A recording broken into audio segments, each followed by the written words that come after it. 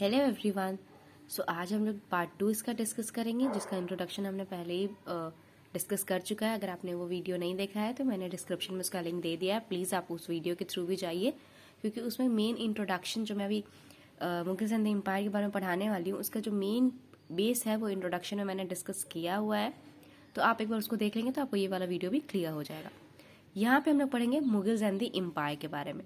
मुगल जो है एक हम लोग टर्म यूज करते हैं एक एम्पायर के बारे में, जैसे Maratha empire, then east India company का एक एम्पायर बोल सकते हैं, पर वो एम्पायर नहीं था क्योंकि वो साम्राज्य नहीं था। एक तरीके से वो एक कॉलोनियल रूल था हमारे ऊपर।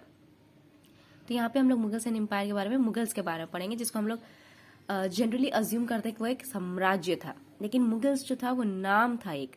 वो नाम कहाँ से हम लोग डिराइव किए थे? मंगोल से। ये जनरली हम लोग मोगली का जो आप लोगों ने कहानी देखा होगा, जो जंगल बुक, उसमें भी ये जंगल बुक में भी जो मेन प्रोटैगोनिस्ट है उसका जो टाइटल है मौगली, वो मौगली टाइटल उस मंगोल से डिराइव है या फिर मुगल से लिया हुआ है। तो एक कॉन्सेप्ट था पहले जो हम लोग यूज करते थे, जैसे कोई भी चीज़ बहुत फेमस होता है तो हम लोग उसका अलग अलग कॉन्सेप्ट यूज करने लगता है।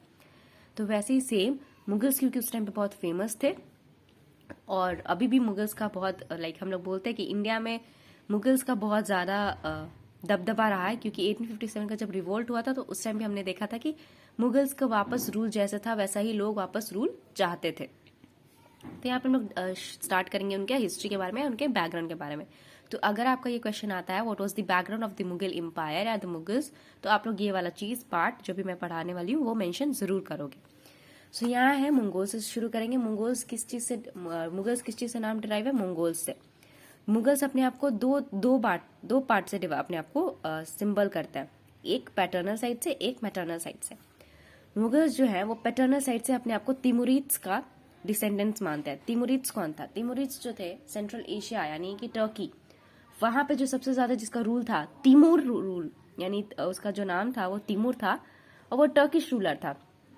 तो वो तिमुरिड्स का डिसेंडेंट्स अपने आप को मानते थे। कहाँ से? पैटर्नल साइड से। और वही अगर मैटर्नल साइड से चले जाए तो गेंगिस खान यानी कि, और मैटर्नल साइड से गेंगिस खान को बोला जाता था। तो गेंगिस खान कहाँ है? गेंगिस खान एक रूलर था। कहाँ का रूलर था? मंगोल का रूलर था। मंगोल कहाँ है? अब मंगोल है आपका, जब आप चाइना के साइड जाओगे तो वहाँ पे मंगोलिया एक कंट्री है, वहाँ के रूलर्स को जनरली मंगोल्स कहा जाता था। और वहाँ का एक फेमस रूलर था मंगोल का गेंगिस खान। बहुत सारे बाद में आए जैसे उल्लुग खान भी, पर एक बहुत फेमस जो नाम है वो गेंगिस खान है। जैसे अगर मुगल एम्पायर में बहुत फेमस एक नाम बोलो तो सारे रूलर्स फेमस है दो, but still we have one famous ruler, that is Akbar. तो ये भी सेम कॉन्सेप्ट यहाँ भी है। तो आप अपना हिस्ट्री लिखोगे अगर मुगल एम्पायर के बारे में तो दो चीज मेंशन करोगे, दे वर डिवाइडेड और they were symbolised as the descendants of two rulers. Paternal side से और मैटर्नल साइड से आप क्लासिफाई करोगे। पैटर्नल साइड से किसके थे डिसेंडेंट्स? तिमुरिड्स के यानी तिमूर के, और अगर मैटर्नल साइड से है तो गेंगिस खान के यानी कि मंगोल्स के। ये वाला क्लियर हो गया? आई होप कोई प्रॉब्लम नहीं है।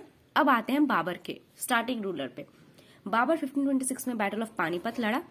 उस टाइम पे जब वो बैटल पानीपत लड़ रहा था तो उसका एक कॉन्सेप्ट था कि वो ज्यादा अपने आप को पैटर्नल साइड से एड्रेस करवाना चाहता था। तो वो अपने आप को तिमुरिड्स का रूलर मतलब तिमुरिड्स रूलर का डिसेंडेंट्स मानता था। उसके बाद वो अपने आप को मंगोल्स का रूलर जनरली नहीं मानता था, और जो मंगोल किंग्स होते थे या रूलर्स होते थे उनका मजाक भी बनाता था। तो अब 16th सेंचुरी से हम लोग मुगल एम्पायर के बारे में पढ़ना शुरू करेंगे। क्यों 16th सेंचुरी? क्योंकि 1526 में बैटल ऑफ पानीपत हुआ और मुगल एम्पायर का रूल शुरू हो गया। मुगल एम्पायर का रूल कैसे धीरे धीरे बढ़ा, क्योंकि हम लोग बैकग्राउंड पढ़ रहे थे, हम लोग ये तो देख ले कि स्टार्ट कैसे हुआ, अब बढ़ा कैसे कि इतना फेमस हो गया। अब इसका और जो बेस मेन जो बढ़ने वाला है वो अकबर के टाइम पे हुआ था। तो अकबर का हम लोग जब अलग से पढ़ेंगे तो उसमें हम लोग ये पढ़ेंगे। अभी हम लोग बाय रूलर्स एक एक डिस्कस कर रहे हैं, पहले बाबर, फिर हुमायूं, फिर अकबर। मुगल एम्पायर दो चीजों से फैला था। दो आपके बुक में सिर्फ दो चीज लिखा है, कॉन्क्वेस्ट और पॉलिटिकल अलायंसेस। लेकिन पॉलिटिकल अलायंसेस में क्या? तो पॉलिटिकल अलायंसेस में आप लिखोगे कि एनवॉयज यानी डिप्लोमैट्स के थ्रू जो पॉलिटिकल अलायंसेस होते थे वो भी, और जो मैरिजेस के थ्रू पॉलिटिकल अलायंसेस होते थे वो भी। जैसे आप पूछोगे कि ये कैसे कॉन्सेप्ट बता रहे हो, तो मैं बताती हूँ। एक कॉन्क्वेस्ट यानी आप लड़ाई झगड़े से कर लिए। दूसरा पॉलिटिकल अलायंसेस मैंने इसलिए कहा क्योंकि बहुत सारे जगह पे होता था, जैसे एक बहुत सारे उस टाइम पे राजा थे, कोई एक राजा तो था नहीं। तो अगर मैं साउथ की राजा हूँ और आप अगर मुगल एम्पायर के कोई राजा हो, लाइक अकबर हो, और मैं कोई और साउथ की हूँ, तो मैं आपके किंगडम में आऊंगी। आपके किंगडम में आने के बाद मैं कहूंगी ठीक है मुझे इतना पैसा चाहिए, आप मुझे दे दो, मैं आपका ये वाला अपना पार्ट, टेरिटरी या फिर जो भी पार्ट है वो आपको दे दूंगी। आपने कहा ठीक है। आप क्योंकि उस टाइम पे बहुत कंसोलिडेटेड थे, बहुत एक्सपैंडेड फॉर्म में आपका एम्पायर था, बहुत रिच थे, तो आपने मुझे उतना मनी दे दिया, मैंने आपको वो टेरिटरी दे दिया।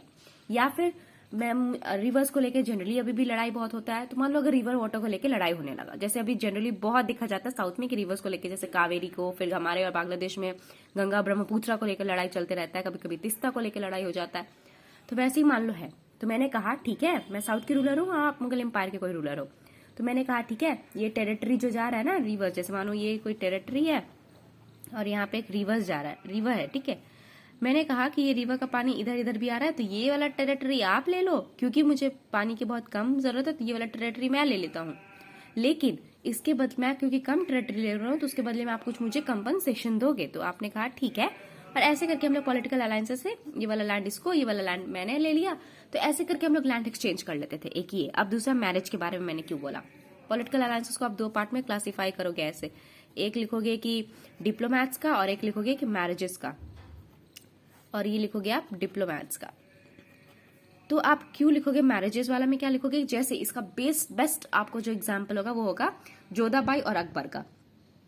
उनका मैरिज होने से क्या हुआ, जब उनका शादी हुआ तो जो मराठा रूलर्स थे या फिर जो राजपूत रूलर्स थे, वो एक तरीके से अकबर से थोड़ा सा जो उनका एनिमिटी था वो कम हो गया। राजपूत का तो बहुत हो गया था, मराठा फिर भी रिवोल्ट करते थे।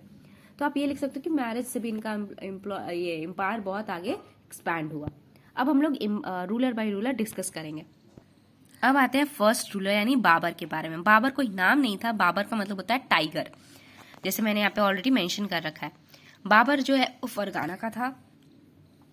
बाबर फरगाना से उसको हटा दिया गया था, क्योंकि ये करता क्या था, जैसे मानो ये एक टेरिटरी है, ये तो ये एक टेरिटरी कैप्चर करता, दूसरा हाथ से निकल जाता, दूसरा कैप्चर करता, तीसरा निकल जाता, चौथा कैप्चर करता, पांचवा निकल जाता। तो इस वजह से इसका लोग भड़क गए, इसके ऊपर रिवोल्ट करने लगे बहुत सारी जगह पे। तो ये जहाँ का था, जहाँ इसका इनिशियल प्लेस था फरगाना, वहां से इसको भगा दिया गया। ये सेंट्रल एशिया में जगह है, वहां से इसको बोला गया जब जाओ तो यहाँ से जाओ।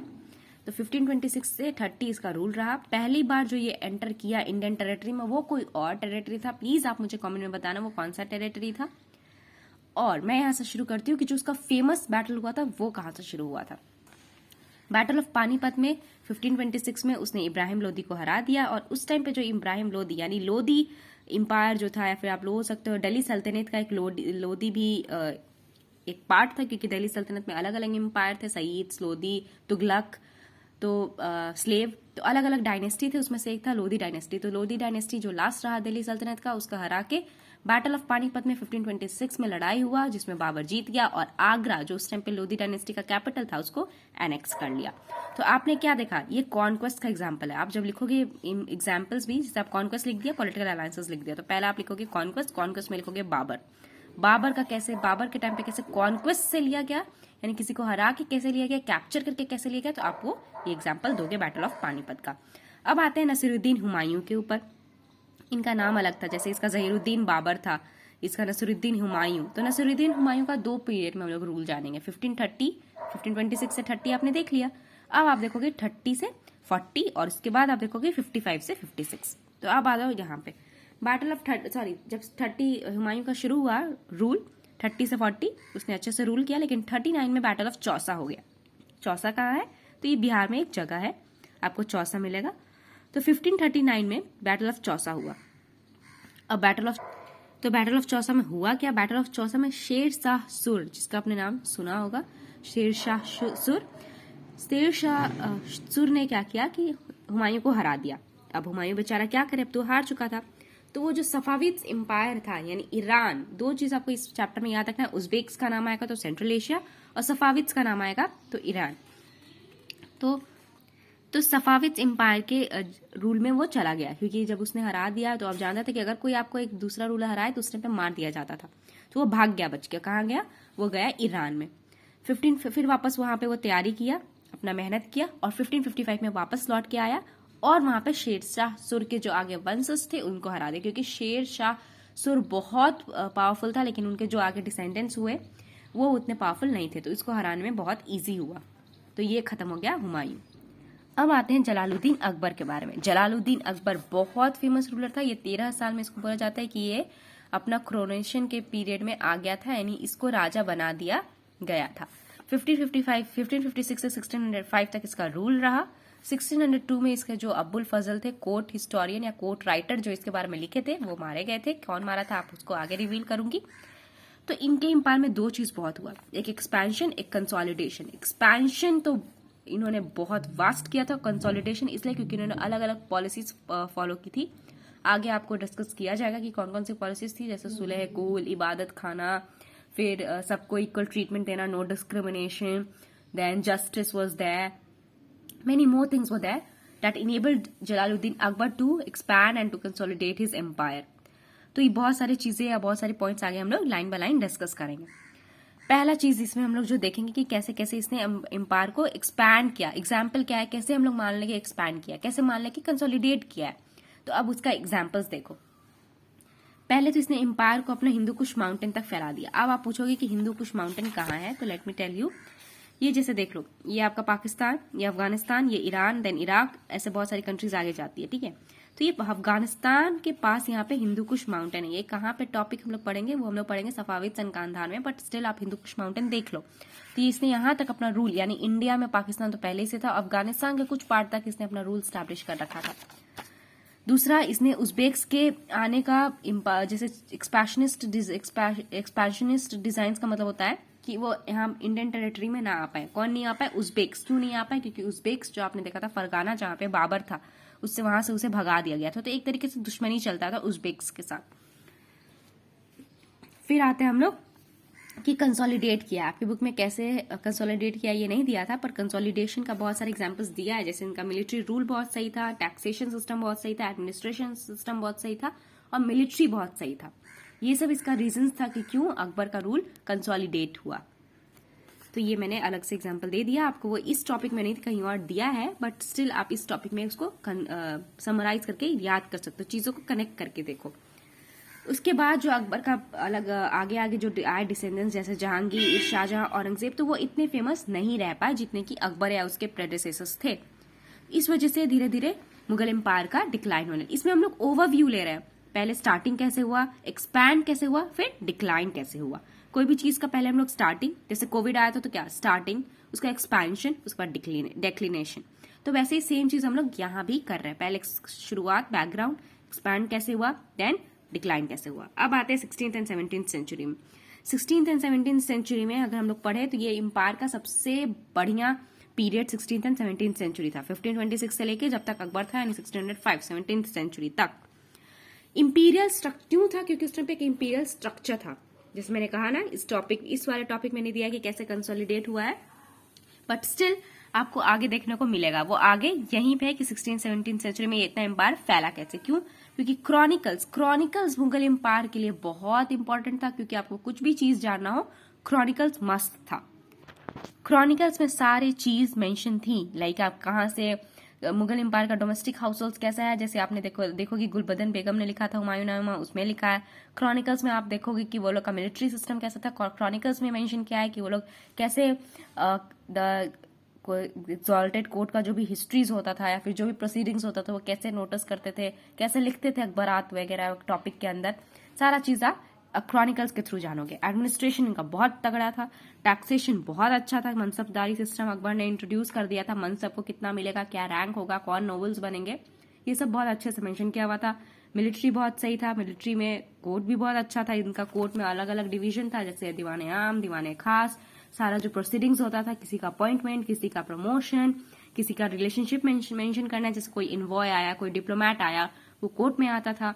तो ये सब सारा इनका पावर सिग्निफाई करना, क्योंकि कोर्ट में इनका तख्त होता था, तख्त मुरासा।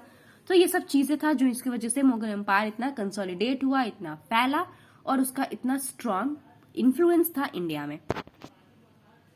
अब डिक्लाइन का रीजन क्या क्या था? पहला तो एक वीक रूलर्स आ गए, जैसे आपने देखा कि अकबर के बाद जहांगीर, शाहजहां, औरंगजेब जो थे वो थोड़े वीक पड़ गए थे। दूसरा आप देखोगे कि रीजनल पावर ज्यादा ही मर्ज करने लगे थे, जैसे कि बहुत सारे जो रीजनल पावर्स उस टाइम पे रूल कर रहे थे साउथ वगैरह में या फिर बंगाल के साइड, उड़ीसा के साइड, वो सब बहुत ज्यादा इन्फ्लुएंस करने लगे थे। लूज इन एडमिनिस्ट्रेटिव कंट्रोल, क्योंकि आपने यहाँ पे देखा ना कि अगर इंपीरियल स्ट्रक्चर क्रिएट हुआ था तो उसका एक पार्ट क्या था, एडमिनिस्ट्रेशन, ये कैसे मैनेज कर रहा है, वो यहाँ पे थोड़ा लूज हो गया था, इस वजह से इसका डिक्लाइन हो गया था। होप आपको ये वीडियो बहुत पसंद आया होगा। और अगर आपको ये पसंद आया तो प्लीज़ इसको शेयर, सब्सक्राइब और लाइक कीजिए। इसमें जितना भी मैंने आपको पॉइंट्स बताया सारा एनसीईआरटी बेस्ड है, मैंने कोई भी रेफरेंस बुक का यूज नहीं किया है और इस एक में एक भी पॉइंट एनसीईआरटी का मिस नहीं हुआ है। तो अगर आपके पास टाइम नहीं है कि आप देखो या फिर आप बुक पढ़ो तो आप ये वीडियो रेफर कर सकते हो, उसमें आपको एक पॉइंट मिस नहीं मिलेगा, सारा चीज मैंने अरेंज करके रखा है। तो आप इसको एग्जाम के पहले भी देख सकते हो या एग्जाम के बहुत पहले भी देख सकते हो। तो आपको अगर ये पसंद है तो प्लीज इसको शेयर करें, सब्सक्राइब करें और लाइक करें। Thank you.